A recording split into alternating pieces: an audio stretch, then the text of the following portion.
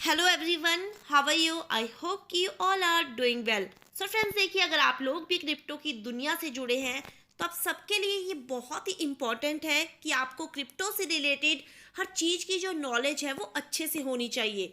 तो आपकी इस क्रिप्टो नॉलेज को और ज़्यादा क्लियर करने के लिए आज की इस वीडियो में हम बात करेंगे टोकन स्टैंडर्ड्स के बारे में।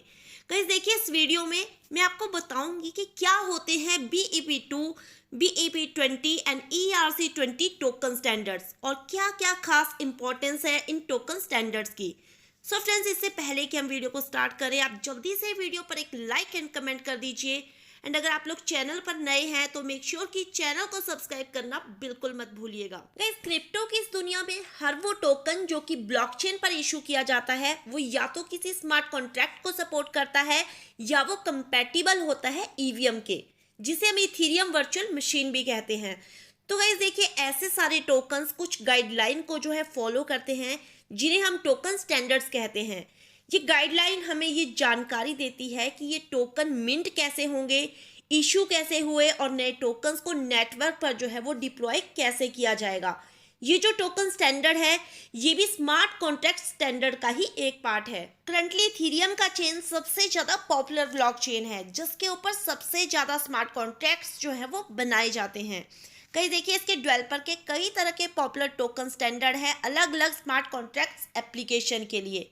और सबसे कॉमन स्टैंडर्ड है ERC, जिसे हम कहते हैं इथीरियम रिक्वेस्ट फॉर कमेंट्स, जिसमें कई तरह के फॉर्मेट्स हैं जैसे ERC20, ERC721, ERC777 और ERC1155। और गाइज, अगर हम इथीरियम को छोड़ दें तो दूसरी सबसे जो पॉपुलर ब्लॉक चेन है वो है बाइनांस चेन और बाइनांस स्मार्ट चेन।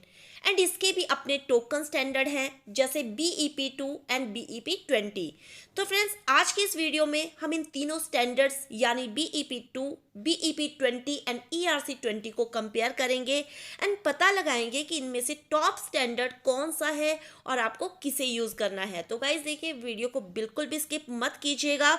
अगर आप वीडियो को स्किप करके देखेंगे तो आपकी समझ में कुछ भी नहीं आएगा। तो चलिए, सबसे पहले हम लोग बात करते हैं कि टोकन जो है वो क्या होता है। गाइज देखिए, टोकन एक डिजिटल यूनिट है जो ब्लॉकचेन पर रहती है। इनका एक स्पेसिफिक यूज केस होता है और ये कई तरह के रोल जो है वो प्ले करते हैं, जैसे ट्रांजैक्शन को फैसिलिटेट करना, किसी वैल्यू के लिए स्टोरेज का काम करना, किसी डिजिटल एसेट को इन गेम करेंसी की तरह काम में लाना और गवर्नेंस प्रोसेस को फैसिलिटेट करना। फ्रेंड्स, आपने देखा होगा कि हर साल हजारों नए प्रोजेक्ट्स अपने टोकन इशू करते हैं BSC और इथीरियम नेटवर्क के ऊपर।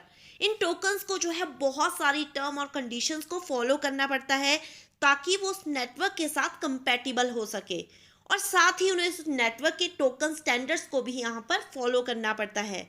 ये स्टैंडर्ड्स रूल की एक रूपरेखा बनाते हैं, जैसे टोकन मिंटेबल है या नहीं और टोकन डिप्लॉय जो है वो किस तरह किए जाएंगे। गाइस, इससे पहले कि मैं वीडियो को आगे बढ़ाऊं, मैं आपको डिप्लॉय का मतलब बता देती हूं। मैंने देखा है कि बहुत सारे लोगों को इस वर्ड का जो मतलब है वो नहीं पता है और लोग काफ़ी कंफ्यूज रहते हैं। गाइस देखिए, टोकन डिप्लॉय का मतलब होता है कि टोकन को काम में कैसे लाया जाएगा। गाइस देखिए, आमतौर पर टोकन के स्टैंडर्ड्स की कुछ रिक्वायरमेंट्स होती हैं, जैसे टोकन की जो टोटल सप्लाई है उसकी लिमिट क्या होगी, उस टोकन को इशू करने का क्या प्रोसेस होगा एंड उस टोकन का बर्निंग मैकेनिज्म जो है वो कैसा होगा और उस टोकन की ट्रांजैक्शन को एग्जीक्यूट कैसे किया जाएगा। गाइस देखिए, इन स्टैंडर्ड्स को इसलिए बनाया गया है कि प्रोजेक्ट्स जो है वो फ्रॉड ना कर सके, बिना अपने यूजर्स को बताए न्यू टोकन को मिंट ना कर सके।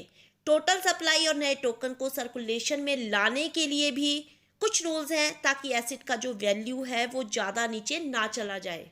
सो चलिए फ्रेंड्स, अब बात करते हैं अपने पहले टोकन स्टैंडर्ड की, जो है BEP2।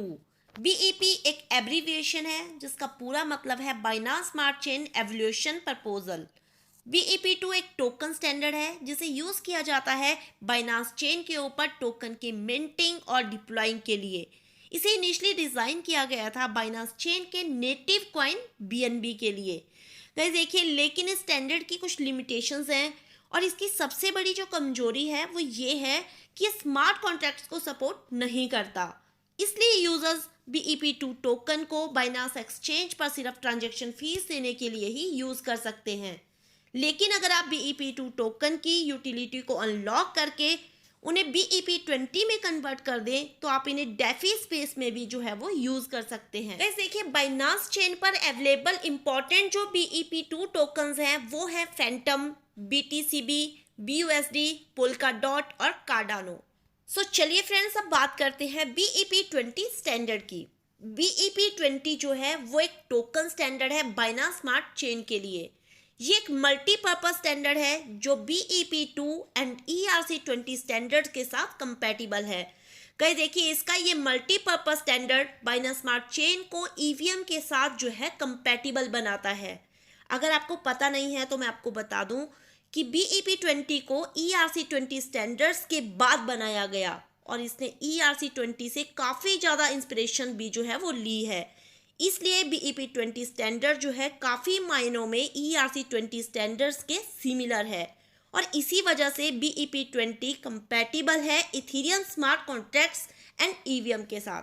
गाइस देखिए, टॉप BEP20 टोकन्स की लिस्ट की अगर हम बात करें तो इसमें पैनकेक स्वैप का cake token, safe moon, cream, burger और SXP जो है वो शामिल है। तो चलिए अब बात करते हैं ERC20 स्टैंडर्ड्स की।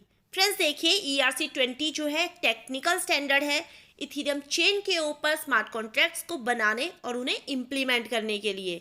और ERC20 टोकन्स ऐसी डिजिटल करेंसीज है जो काम करती है इथेरियम चेन के ऊपर। फ्रेंड्स देखिए, जो इथेरियम नेटवर्क है उसे डेवलप ही स्मार्ट कॉन्ट्रैक्ट्स के लिए किया गया था। ये एक ऐसा प्रोग्राम है जहां डिजिटल एग्रीमेंट्स ऑटोमेटिकली जो है वो एग्जीक्यूट हो जाते हैं जैसे ही पहले से बनाए रूल जो है वो फुलफिल होते हैं। और इथेरियम नेटवर्क का यही फंक्शन जो है डेवलपर को डीएप्स के क्रिएशन में जो है हेल्प करता है। फ्रेंड्स, ERC20 टोकन स्टैंडर्ड्स को प्रपोज किया था फेविन वोगलस्टेलर ने और उन्होंने ये प्रपोजल जो है इथेरियम के गिटहब पेज पर दिया था और किसी ने इस पर 20वां कमेंट ये किया था कि इथेरियम रिक्वेस्ट फॉर कमेंट्स, और तभी से स्टैंडर्ड को नाम दिया गया ERC20। गाइस देखिए, इस प्रपोजल को जो है अप्रूव कर दिया गया एंड इसे एग्जीक्यूट किया गया 2017 में एंड इसे नाम दिया गया EIP20 इथेरियम इम्प्रूवमेंट प्रपोजल।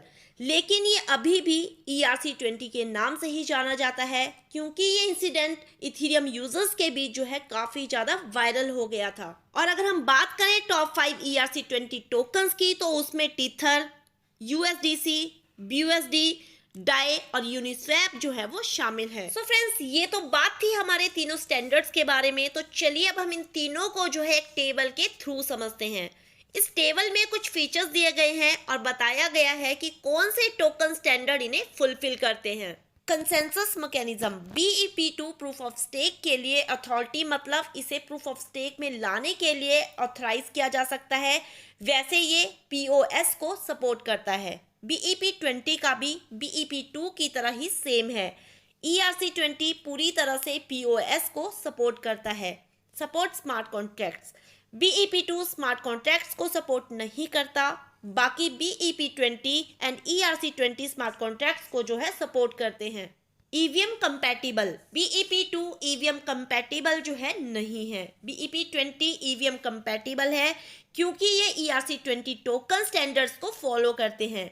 बाकी ERC20 तो कंपैटिबल होंगे ही क्योंकि ये इथेरियम चेन पर ही बने हुए हैं। अब बात आती है ट्रांजैक्शन फीस की। BEP2 टोकन्स के लिए ट्रांजैक्शन फीस जो है वो लगती है बाइनेंस CEX और DEX में। BEP20 टोकन्स के लिए बाइनेंस CEX एंड DEX पर जो है कोई भी ट्रांजैक्शन फीस नहीं लगती। ERC20 में इथेरियम DEX में जो है ट्रांजैक्शन फीस जो है वो लगती है। ब्लॉक वेरिफिकेशन स्पीड, BEP2 में हर 2 सेकंड में एक ब्लॉक वेरीफाई हो जाता है। BEP20 में भी जो है एक ब्लॉक को वेरीफाई करने में 2 सेकंड लगते हैं, लेकिन ERC20 में एक ब्लॉक वेरीफाई होता है 13 सेकंड में। नंबर ऑफ DApps, BEP2 में DApps का यूज नहीं कर सकते। BEP20 में लगभग 400 से नीचे एंड ERC20 में 500 से कम। So friends, BEP2 standard is good choice अगर आप DEX बेस्ड क्रिप्टो को ट्रेड करते हैं क्योंकि यहाँ सबसे कम फीस है, लेकिन ये स्मार्ट कॉन्ट्रैक्ट्स के साथ साथ EVM को सपोर्ट नहीं करता। BEP20 एंड ERC20 दोनों आपको देते हैं बहुत ज़्यादा डी एप्स और स्मार्ट कॉन्ट्रैक्ट्स को एक्सेस करने का मौका। BEP20 स्टैंडर्ड्स अपने यूजर्स को ऑफर करते हैं lower transaction fees and faster processing speed than ERC20।